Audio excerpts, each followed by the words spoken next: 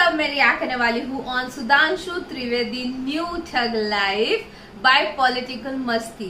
Guys इस video पे आप अच्छे से रिस्पॉन्स दो ताकि मैं और ऐसे वीडियोस लेके आऊँ, तो जितना हो सके लाइक कमेंट जितना हो सके लोगों तक पहुंचाओ शेयर कर करके। So friends start. हेलो ना Monali Nayak, welcome to my channel Nakhrewali Mona. और अगर आपने मुझे अभी तक सब्सक्राइब नहीं किया होगा तो please to subscribe my channel. So let's go. मैं हिंदू हूँ, ये पता कैसे चलेगा मेरे पिता की जाति धर्म से या मेरे माता की जाति या धर्म से? देखिए, भारतीय संस्कृति के अनुसार और प्राचीन काल से तो मार्क्स से पता चलता था कि अर्जुन को कौंते कहा गया है ना। कई बार भगवान कृष्ण ने गीता में उनको कहा हे कौंते। ऐसे ही और कई उदाहरण मिलते हैं। कहा गया, ठीक है, लेकिन बात तो घुमाइए नहीं, मैं सीधा पूछ रहा हूँ, आप मुझे ज्ञान दे रहे हैं सीधी बात में। माता की जाति से मैं हिंदू होता हूँ या पिता की जाति धर्म से मैं हिंदू होता हूं? मैंने जो जवाब दिया आप भी समझ रहे होंगे। तू समझा? हाँ। नहीं तो नहीं समझा। नहीं तू समझा नहीं। आचार्य जी ने जो बोला मैं ऐड करना चाहता हूँ। कौंतेय कहा गया और कर्ण को राधे कहा गया, भगवान कृष्ण को देवकी नंदन यशोदा नंदन कहा गया, भगवान राम को कौशल्या नंदन कहा गया, लक्ष्मण को सुमित्रा नंदन कहा गया। पर आचार्य जी अगर उस पर अन्यथा न लें, राहुल गांधी जी को एंटोनियो नंदन कह दिया जाए तो कैसा लगेगा, या एंटोनियो कह दिया जाए? मैं वही सोची हंस रहे हैं मन में हल्की हंसी दिखी। ये जवाब आज सीखी उनके चैनल। बीजेपी अपने मैनिफेस्टो में डालेगी क्या बुलडोजर चला देंगे? नहीं, अपराधियों हमने हमारा ऑफिशियल स्टेटमेंट है कि अपराधियों को हम पूरी तरीके से दंड देंगे।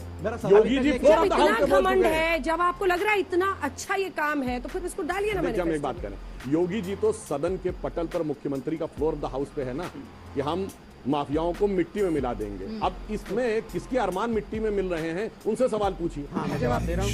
देखिए सवाल अरे आपने आप कह दिया मैं जवाब दे रहा हूँ। अरमान इनके मिट्टी में मिलना। सुनो, जवाब दे रहा हूँ।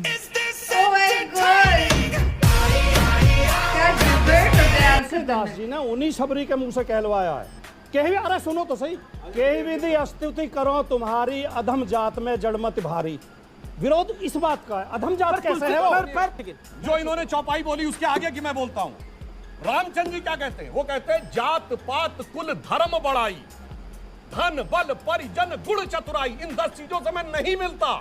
मैं कैसे मिलता हूं? भक्त से। वो कहते हैं भगत हीन नर मोहे ऐसे, जल बिन बारिद लागे जैसे। यानी फिर कह रहा हूं, जात पात कुल धर्म बढ़ाई, धन बल परिजन गुण चतुराई ये सब हो, पर अगर भक्ति नहीं हो तो मेरे लिए ऐसा ऐसे बादल में पानी ना हो। अब मैं एक बात और कहता हूं जो बहुत बोल रहे हैं। दुनिया में जितनी भी सभ्यताएं हैं, देश हैं, धर्म और संस्कृतियां हैं, सबने ईश्वर की कल्पना की है। सिर्फ हिंदू संस्कृति ऐसी है जहां पर कि स्त्री तत्व को ईश्वर में स्थान दिया गया है। हमारे यहाँ विष्णु पुरुष हैं, देवी शक्ति हैं और अर्धनारीश्वर की कल्पना हमारे यहाँ की गई है। चुनौती से कहता हूं, एक सभ्यता बताइए जहां ईश्वर की परिकल्पना में स्त्री तत्व को स्थान दिया गया हो। सिर्फ और सिर्फ पुरुष है, बाकी जगह स्त्री का नहीं है। बोलिए, औकात हो तो बोलिएगा। क्या बात है सर, क्या बात है सर, क्या बात, ये बात है। जो इन्होंने अपना पहला वक्तव्य दिया उसके पहले सेंटेंस से कहता हूं, इन्होंने कहा डिफेंस के सारे प्रोजेक्ट्स इनके हिसाब से अडानी को मिल रहे हैं, जबकि फैक्ट ये नहीं है, डिफेंस के तमाम बड़ी बड़ी कंपनियों को मिले हैं। मगर यहीं पे सारा क्रक्स है। हमारा देश चंद्रयान बना सकता था पर फाइटर प्लेन नहीं।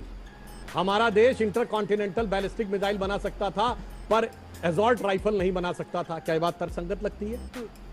यही बात थी, बना सकता था पर बनाया नहीं गया ताकि मिसाइल के एसॉल्ट राइफल और जहाज खरीदे जाते रहें और उसके साथ जो चल रहा था वो चलता रहे। भारत पहली बार आत्मनिर्भर हुआ है, अब एसॉल्ट राइफल भी बन रहे हैं, एयरबेस हमारी पहली बार फाइटर प्लेन भी बन रहा है और ब्रह्मोस मिसाइल को हम एक्सपोर्ट करने की स्थिति में आ गए। कहीं वो दर्द तो नहीं है कि अब डिफेंस के लिए कैसे जो हमने पिछले डीलिंग की थी अब वो सारी खटाई में पड़ती जा रही है। और दूसरी बात इन्होंने बात कही चीन की, तो मैं याद दिलाना चाहता हूँ। अरे भाई हम आपसे बताते हैं, अरे भाई इसमें पानी पीने की क्या बात? सुनिए, अशोक गहलोत के साथ भी प्लीज दिखा दीजिए। हाँ वो भी बता रहा हूँ, अब बता रहा हूँ, सुनिए तो सुनिए। 60,000 करोड़ अंदर किए हैं भाई, वो भी तो दिखाइए। If you think you're bad, I am your dad. व्यक्तिगत अहंकार वाली बात करते हैं। ये बताइए, ये अपने मुंह से किसने बोला था जब तक रहेगा समोसे में आलू तब तक रहेगा बिहार में लालू? और इतना ही नहीं, चलिए यहाँ तक तो फिर भी चलता है। हमें याद है हम लोग उस समय यूनिवर्सिटी में पढ़ने आ गए थे, जब वो मुख्यमंत्री बने तो कहते थे अब आ गया ललुआ। ललुआ बहुत दिन तक फलाना खा लिया, उसी वर्ग का नाम लेकर कहते थे, उन्हें खा लिया हलवा।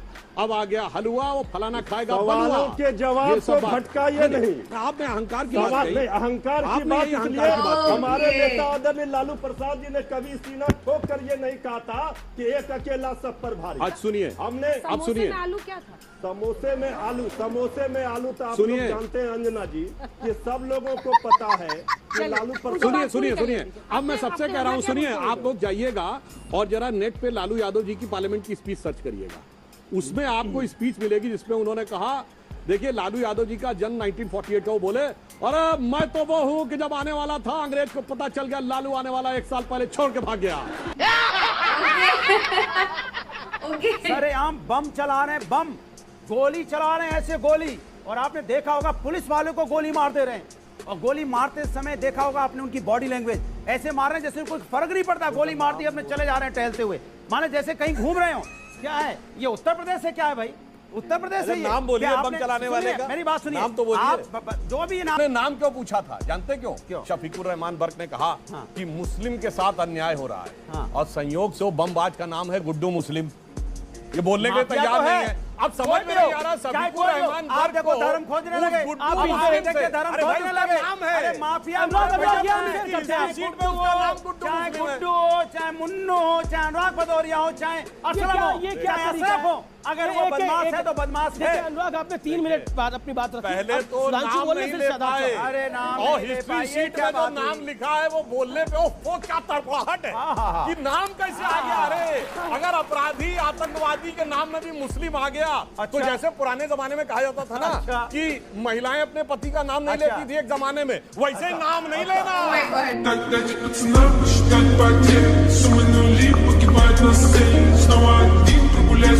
भारत में मुस्लिम और ईसाई सेकंड ग्रेड सिटीजन है। प्रूव इट, बताइए, प्रूव इट टुनाइट। अभी बताइए, आप बताइए सर, आपका टाइम है। हाँ तो सुनिए ना। हाँ बोलिए, इतना आप बोलिए।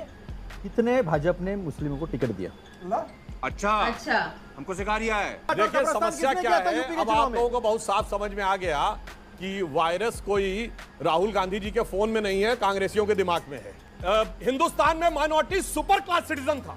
शरिया सुप्रीम कोर्ट से ऊपर है कि नहीं? बोलो। सुनिए, मुसलमानों को 4 बीबी, हिंदुओं को 1, मुसलमानों के मौलवियों का सैलरी, पंडितों को ठेंगा, मुसलमानों के लिए वक्फ बोर्ड, मंदिरों को ठेंगा, मुसलमानों के लिए शरिया, हिंदुओं के लिए ठेंगा, और इतना ही नहीं, मुसलमानों को पहला हक, हिंदुओं को ठेंगा। बात तो सही है। यदि मकान अवैध है तो उस पर तो कार्रवाई होगी। अब आप कह रहे हैं कि पकड़े जाने पे क्यों होगी? मैं उदाहरण बता रहा हूँ। आप अपनी गाड़ी चलाते जा रहे हैं, आप ओवरटेक करें, पुलिस रोक लेती है, और उस समय आपके पास गाड़ी कागजात ना हो, तो आप ये थोड़ी कहेंगे नहीं मेरा सिर्फ ये देखो कि ओवरटेकिंग सही थी कि नहीं थी। तब तो गाड़ी जब्त हो जाती है ना, अगर गाड़ी कागजात नहीं है। सेम स्थिति ये है कि अगर आपने कोई अपराध किया और आपकी जांच हुई और माना गया कि आपका अवैध उसके ऊपर बना हुआ है, तो अब जब प्रकाश में बात आ गई तो खत्म। अब स्थिति जानते क्या है? तो सब थाने में एक बुलडोजर लगा दीजिए। साहब अभी थाना वाना हटाइए, पुलिस सिपाही, बुलडोजर चलाने वाले, बुलडोजर, अब ये नेसेसरी तो नहीं। एक दौर था हमारी सरकार आने से पहले, उत्तर प्रदेश, विशेषकर पूर्वी उत्तर प्रदेश के बारे में क्या छवि बनी हुई थी। याद करिए, पुरानी फिल्म थी कंपनी, जिसमें मुंबई में कॉन्ट्रैक्ट किलर दिखाया गया है। गोली चलाने के बाद वो बस में बैठता है और क्या लिखा हुआ, आजमगढ़ 500 किलोमीटर। ये उत्तर प्रदेश की छवि बना के रखी। पूर्वी उत्तर प्रदेश किसके लिए जाना जाता था? अतीक अहमद, मुख्तार अंसारी, अबू सलेम, छोटा शकील। आज ये सब बदलाव हुआ है, उसमें बहुत बड़ा रोल बुलडोजर का है। जो हम लोग चुनाव के समय गीत बहुत चला था ना भोजपुरी में, कि बिलवा में घुस जाएला सब सांप बिच्छू गोजर, चलेला जब चाप के बाबा का बुलडोजर। मजा आया। इनको एंड में मजा आना चाहिए। ओके, ऐसे बोलते ना, एक ह्यूमन गूगल जिसके पास आंसर है, जिसके साथ डिबेट करने से पहले 1000 बार सोचना चाहिए, बिकॉज उनके पास सारी चीजों के आंसर्स है। इसलिए मुझे पता नहीं क्यों सुधांशु त्रिवेदी सर के डिबेट पे रिएक्ट करने में मुझे खुद इंटरेस्ट आ रहा है। बस मैं चाहती हूँ कि आप भी अच्छा रिस्पॉन्स दें। अगर बहुत खराब रिस्पॉन्स आए तो मैं नहीं कर पाऊंगी, बट दिस इज समथिंग जो देख सकते हैं हम, जिस तरीके से वो जवाब रखते हैं, जिस तरीके से क्या बोलते हैं, चाहे वो 1 घंटे का स्पीच हो, चाहे दिन का, समझो। मैं एक ऐसी चंचल इंसान हूँ जो उड़ती रहती हूँ यहाँ से वहाँ, 1 घंटा मैं नहीं बैठ सकती।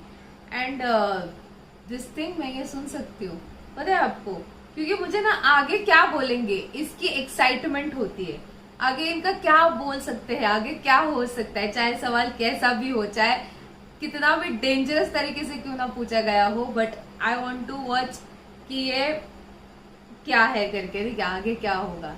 This was my God. तो ये था मेरा reaction on Sudhanshu Trivedi new thug life. आपको और भी ऐसे वीडियोस देखते तो प्लीज इस वीडियो को ज्यादा से ज्यादा लाइक करो गाइस, ज्यादा शेयर करो, क्योंकि आपके व्यूज पे ही मुझे पता चलता है मेरे ऑडियंस को क्या देखना पसंद है क्या नहीं। तो प्लीज बाकी फर्क नहीं आ रही।